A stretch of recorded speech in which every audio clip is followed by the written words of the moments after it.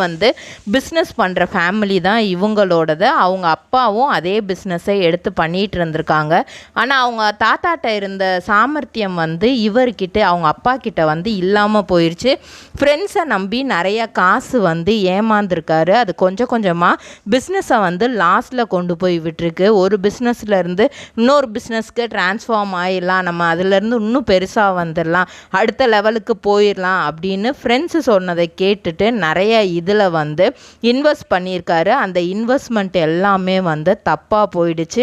ஒரு கட்டத்தில் இவங்க 6th ஸ்டாண்டர்ட் படிக்கும்போது அவங்க அப்பா சூசைடே அட்டம் பண்ணிட்டாராம்.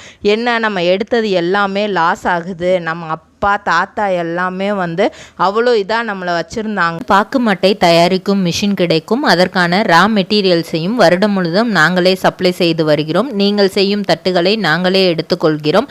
அதற்கான லோன் வசதியும் செய்து தருகிறோம்.